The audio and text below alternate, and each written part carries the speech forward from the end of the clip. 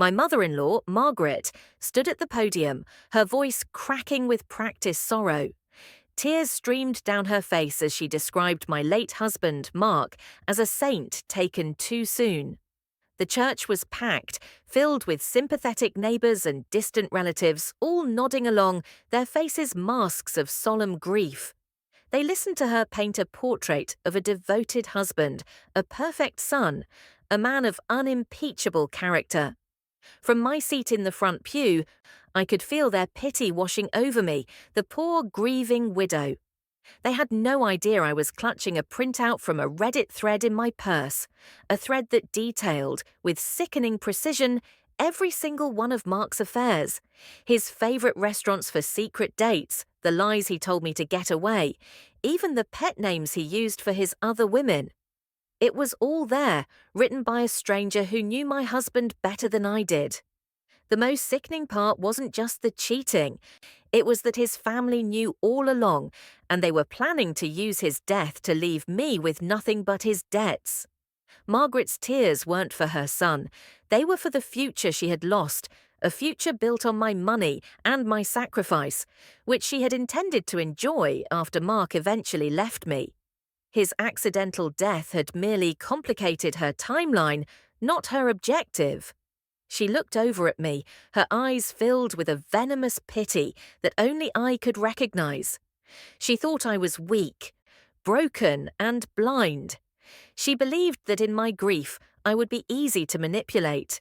She thought she would walk away with the house, the savings, and Mark's life insurance policy, leaving me to clean up the financial wreckage he had secretly created. You might be wondering why I would choose to disgrace a dead man at his own memorial. Why not let the dead rest in peace? The truth is, his secrets didn't die with him. They were about to set me free, and his family, who had been his willing accomplices, were about to learn that hell hath no fury like a woman who has finally been pushed too far. They had mistaken my kindness for weakness and my patience for ignorance for the last time.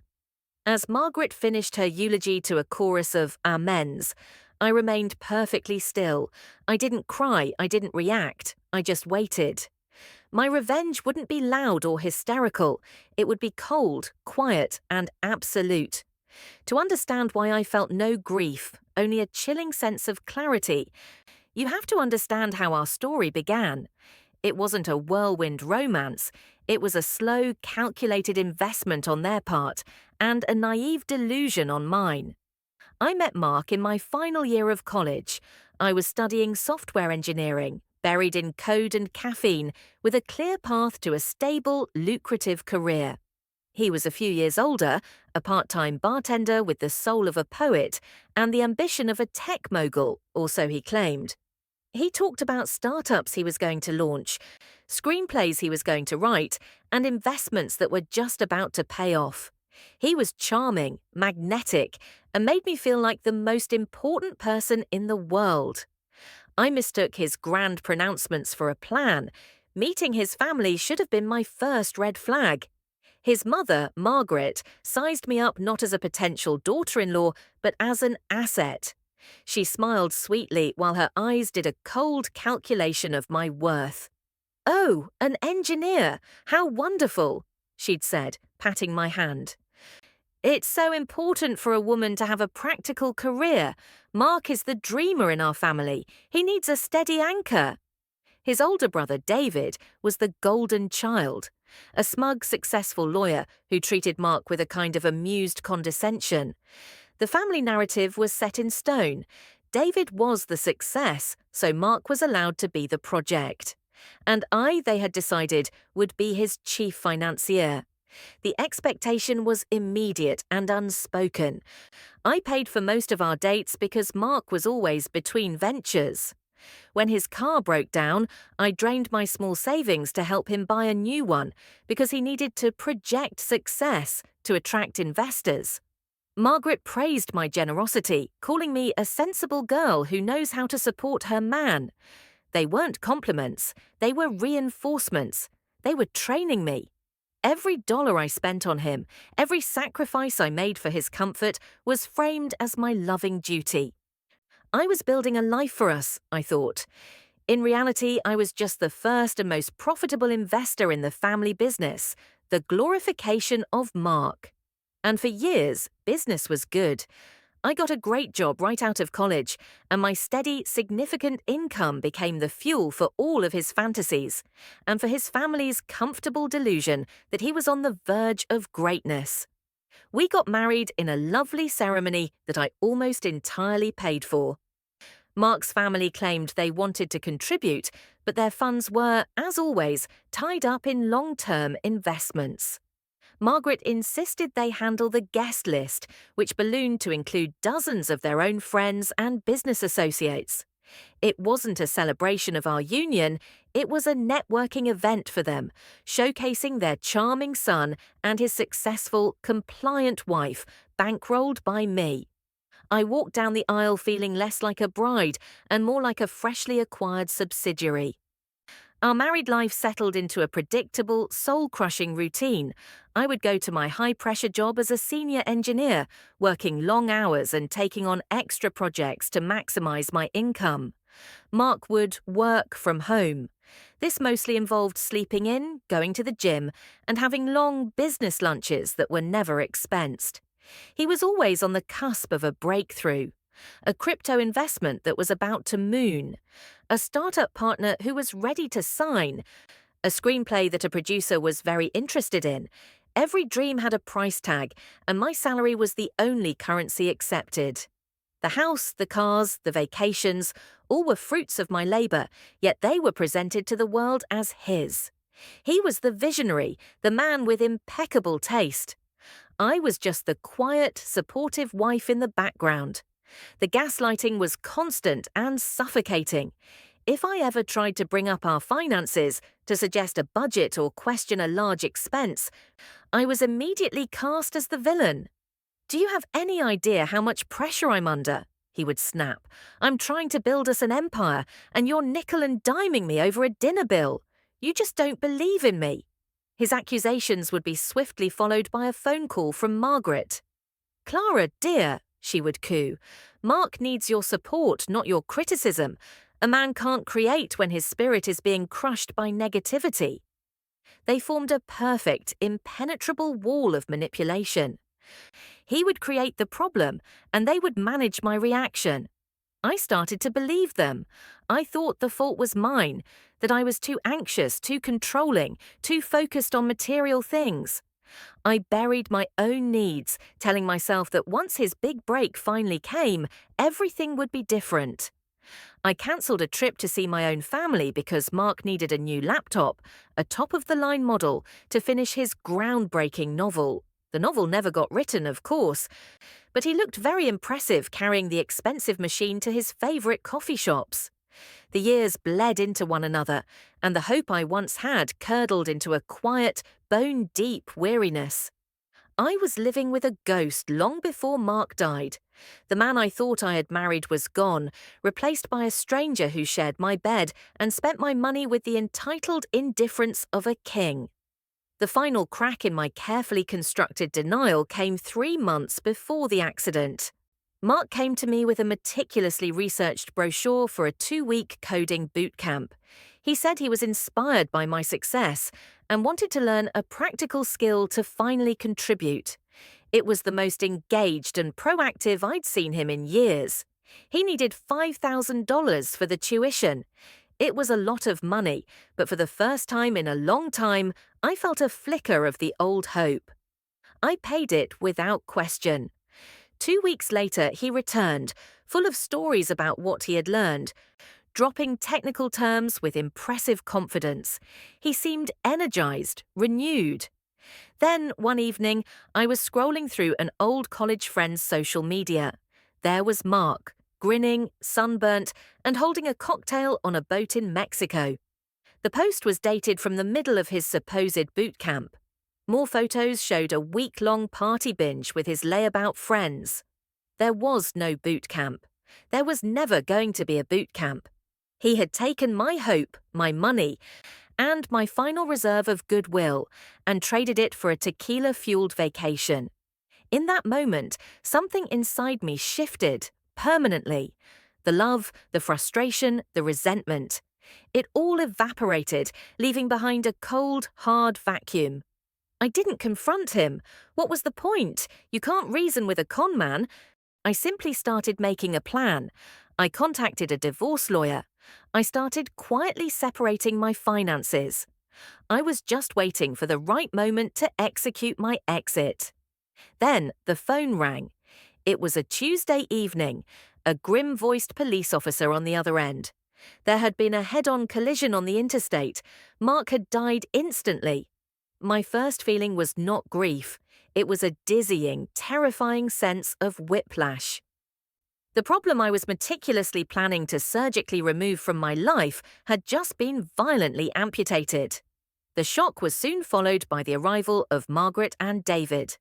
Margaret collapsed into a heap of performative hysterics on my sofa, wailing about her beautiful, irreplaceable boy. David, ever the pragmatist, put a cold hand on my shoulder. "This is a terrible shock, Clara," he said, his eyes devoid of any emotion. "By the way, do you know where Mark kept his financial documents? We should probably locate the life insurance policy sooner rather than later." They weren't there to mourn, they were there to claim their prize. The week leading up to the memorial service was a blur of hollow condolences and logistical nightmares, all orchestrated by Margaret. She treated my home like a command centre, barking orders about floral arrangements and catering, all while weeping theatrically for any visitor who would listen. The narrative she was spinning was clear. Mark was a tragic martyr, and I was the cold, unfeeling wife who drove him to an early grave with my relentless demands. "He was under so much pressure," she'd sigh, dabbing her dry eyes with a tissue. "He just wanted to make Clara happy, but nothing was ever enough for her." Relatives I barely knew would look at me with a mixture of pity and contempt. I was too numb to defend myself. I just moved through the days like a robot, signing papers and nodding at the right times. The night after I finalized the funeral arrangements, I couldn't sleep. The silence in the house was deafening. I found myself in Mark's home office, a room I had rarely entered. It was exactly as I'd imagined, a chaotic mess of half-finished projects and unopened bills. Stacks of books on entrepreneurship lay next to overdue credit card statements. It was a perfect museum of his failures. I began sorting through the clutter, not out of sentimentality, but out of a grim need for order. Taped to the back of his computer monitor, I found a small yellow sticky note. On it, written in his familiar scrawl, was a username and password. Throwaway or Dreamer88. A strange instinct took over. It was late, the world was asleep, and a secret was sitting in my hand. I went to my laptop and typed the username into a search engine. The first result was a link to a user profile on Reddit. I clicked, the profile itself was empty, but the post history was long. My eyes scanned the list of subreddits he frequented, R startups, R investing, and, to my confusion, R adultery. My heart began to pound a slow, heavy drumbeat against my ribs. I clicked on his comment history in the adultery subreddit. He was giving advice, encouraging others to cheat, bragging about his own operational security. Then I saw a comment that made the air leave my lungs. A woman had posted asking for advice about her married lover, Mark, as throwaway Dreamer88 had replied, "Don't feel guilty. If his wife was doing her job, he wouldn't be with you. You're giving him the support she denies him. My situation is exactly the same." The words were a punch to the gut. This wasn't just an affair. This was a philosophy, a worldview where I was the problem and his betrayal was the solution. That single comment was a key turning a lock I didn't even know existed. Suddenly, I wasn't just a widow. I was an investigator at the scene of a crime that had lasted for a decade. My grief, which had been absent, was replaced by a white-hot, diamond-hard fury. I spent the entire night digging.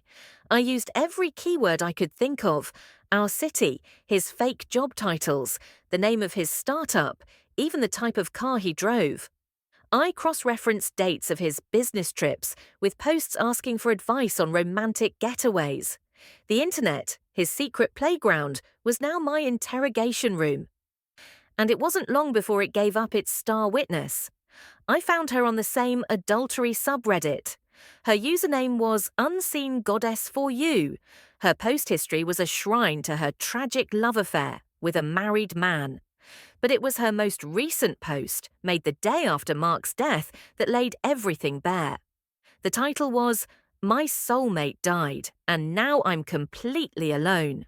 My blood ran cold. I clicked and began to read the gospel of my husband's betrayal, written by his accomplice. She wrote about their electric first meeting 5 years ago. 5 years.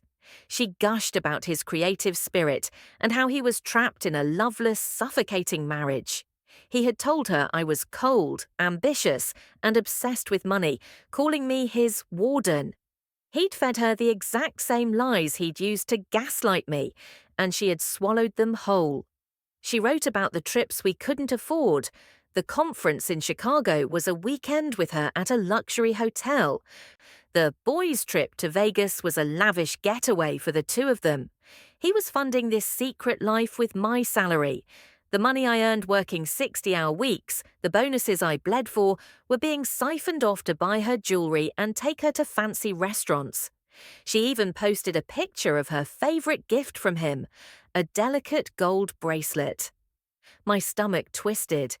It was the one I had shown him online for our anniversary last year, the one he said was a frivolous expense when we needed to be saving. He had bought it for her instead. Reading her words, I felt the last image of the man I married shatter into dust. This wasn't a simple, sordid affair. This was a long con. He hadn't just been unfaithful, he had built an entire duplicate life. A fantasy life where he was the hero and I was the villain, and he had made me pay for its construction. Every argument, every time I felt crazy or demanding, every time I doubted myself, it was all manufactured. It was all part of the script. I wasn't his wife, I was his host, and he was the parasite. And I had just discovered the true extent of the infestation. I thought I had hit rock bottom, that the betrayal could not possibly cut any deeper. I was wrong. The next layer of deception was waiting for me in the archives of Unseen Goddess Foy's posts. Fueled by a night of horrific discovery, I kept scrolling back, weeks, then months, then years, reading the story of my own marriage from the perspective of the woman trying to destroy it. I was looking for patterns, for more lies to unravel. And then I found the post that turned my blood to ice. It was from a year ago, buried deep in her history. The title was A Surprising Ally. In the post, she wrote about how nervous she was because her married man's mother had found out about their affair. I braced myself for a story of conflict, of a mother defending her son's marriage. Instead, I read this. I was terrified she would hate me, but it was the opposite. She told me she's never seen M so happy. She called me a breath of fresh air and said I was so much warmer than his ice queen wife. We went shopping together last weekend. She's helping me pick out decor for the apartment M is going to get for us. I think she loves me more than she loves the actual wife. Margaret. My mother-in-law, who cried crocodile tears at the funeral, had not only known about the affair, she had nurtured it. She was friends with my husband's mistress. She took her shopping with my money, the warden, the ice queen. These weren't just Mark's names for me, they were the family's names for me. The us against her mentality wasn't just between husband and wife, it was the entire family against me. And it got worse. A few posts later, the mistress mentioned Mark's brilliant brother, David. David is a lawyer, and he's helping M figure out how to protect his assets before the divorce, she wrote. We all had dinner last month, me, M, Margaret and David, to go over the strategy. David is setting up a trust. It feels so good to have his whole family on my side, helping us build our future. The full picture slammed into me with the force of a physical blow. This was never just about cheating. This was a coordinated, familial conspiracy. I wasn't just the wife, I was the mark in a long con. My entire life with them, every holiday, every dinner, every conversation had been a lie. They weren't just tolerating Mark's behavior, they were actively plotting with him to systematically strip me of every dollar I had ever earned. His death hadn't been a tragedy for them, it was a logistical inconvenience that had ruined their perfect plan. They had wanted to leave me with a mountain of debt and a broken heart. They had mistaken my love for stupidity, and that was a mistake they were going to regret for the rest of their lives. The sun rose, and for the first time in a decade, the fog in my head was gone. There was no more confusion, no more self-doubt, only a terrible crystalline clarity. They had declared war on me years ago. I just hadn't known I was fighting. Now I did. I walked out of Mark's office, leaving the debris of his pathetic life behind me, and went to my own computer. I didn't look for a family lawyer. I didn't need someone to mediate a fair settlement. I needed a weapon. I spent 2 hours researching, looking for the most ruthless, aggressive probate litigator in the state. I found her in a woman named Evelyn Albright, a lawyer with a reputation for dismantling estates and leaving her opponents with nothing but legal bills. I booked the first available appointment, which was for the next morning. I walked into Ms. Albright's imposing office with a briefcase containing my entire case. On one side of her polished mahogany desk, I laid out the financial statements, years of my pay stubs, our joint account records showing my salary as the sole source of income, and credit card bills detailing the trips, the jewelry, the 5-star hotels. On the other side, I laid out the printouts from Reddit, Mark's posts, the mistress's posts. I highlighted the key passages, Margaret being her ally, David setting up the trust, the names, the dates, the lies. I explained the whole story, my voice even and cold, without a single tear. Ms. Albright, a sharp woman in her 50s, listened intently, her face impassive. When I finished, she was silent for a full minute, her eyes scanning the Reddit pages. Then a slow, thin smile spread across her face. "Mrs. Miller," she said, her voice dripping with professional glee, "this is not a case. This is a demolition. Your husband and his family weren't just greedy, they were arrogant. And their arrogance has given us everything we need." She leaned forward, her eyes glittering. "What they did is called dissipation of marital assets, a form of fraud. His brother, an officer of the court, actively participated in a conspiracy to defraud you. That's not just a lawsuit, that's a career-ending ethics violation." She laid out the plan of attack. First, an immediate emergency petition to the court to freeze every single asset. The house, the bank accounts, and most importantly, Mark's life insurance policy. Margaret and David wouldn't be able to touch a penny. Second, a forensic accountant to trace every dollar Mark had stolen and to investigate the trust David had created. Third, a massive claim against the estate for the total sum of the diverted funds, plus damages. She looked at me, her smile turning predatory. "They were expecting a grieving widow. They are about to meet a creditor. By the time we are done, the estate will be so deep in debt to you that they won't inherit a paperclip." I looked at her, the first glimmer of victory igniting in my chest. "Do it," I said. "File everything." The morning of the memorial service, just as I was putting on the simple black dress I had chosen, my phone buzzed. It was a text from Ms. Albright. "The filings are complete. All accounts are frozen. Effective immediately. The opening salvo has been fired. Good luck." A cold, calm strength settled over me. I was no longer a victim walking into an ambush. I was a general, arriving to survey a battlefield where the victory was already assured. I sat in the front pew of the church and listened to Margaret's tearful eulogy with an almost academic detachment. Every word of praise for her saintly son was a lie I could now disprove with documented evidence. Every sob was a performance by a woman who had befriended his mistress. She was mourning the loss of her retirement plan, not her son. When she looked at me with those pitying eyes, I didn't flinch. I just held her gaze, and for the first time she was the one who looked away. The power dynamic had already shifted. She just didn't know it yet. The real drama, as I knew it would, began at the wake held at my house afterward. Margaret was in her element, playing the grand matriarch, accepting condolences and directing traffic. She swept over to the caterer with a dismissive wave of her hand. "Thank you for everything, my dear. Just charge the final bill to my son's estate account." It was the account into which Mark's life insurance payout was supposed to be deposited. A few minutes later, the catering manager approached Margaret, her expression apologetic. "I'm so sorry, Mrs. Miller, but the card was declined." Margaret frowned. "That's impossible. Try it again." It was declined again. Annoyance flickered across her face. "Fine," she snapped, pulling another card from her wallet, a joint account she held with Mark. "Use this one." The manager returned, looking even more uncomfortable. "That one was also declined for insufficient funds." A murmur went through the small crowd gathered nearby. The first crack in the facade had appeared.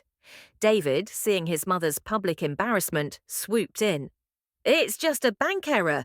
Mother," he said loudly, before striding off to a corner to make a call, his face a mask of arrogant confidence. I watched him from across the room.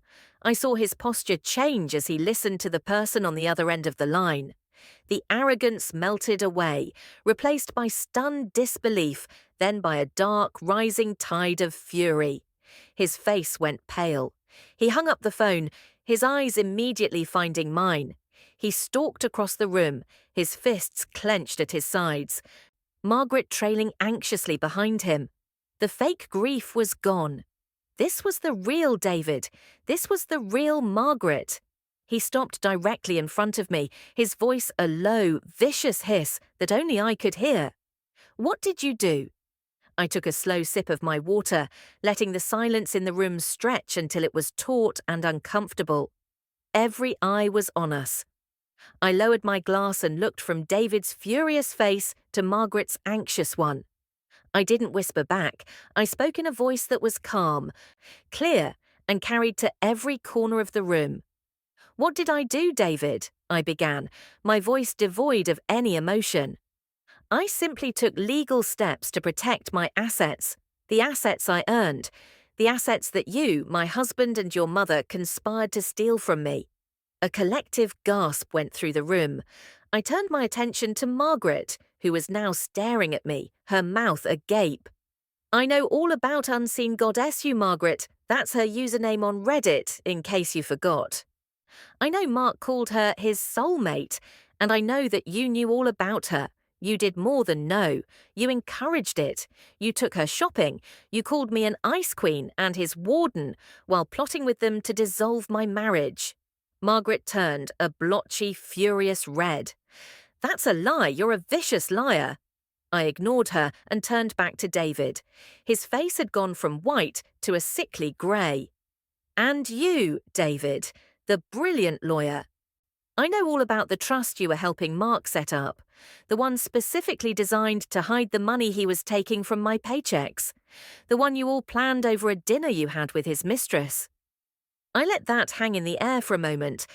I believe the legal term for an attorney helping a family member hide marital assets for a divorce is conspiracy to commit fraud. I have a feeling the State Bar Association is going to be very interested to learn about your unique financial strategies. David looked like he had been physically struck. He couldn't speak. Before the denials and accusations could start again in earnest, I reached into the briefcase I had placed by my chair. I pulled out the thick stack of printed Reddit pages, walked to the central coffee table, and dropped it with a loud thud. "For anyone who doubts what I'm saying," I announced to the room, "it's all here. Every affair, every dollar stolen, every lie, all documented in their own words. Feel free to read."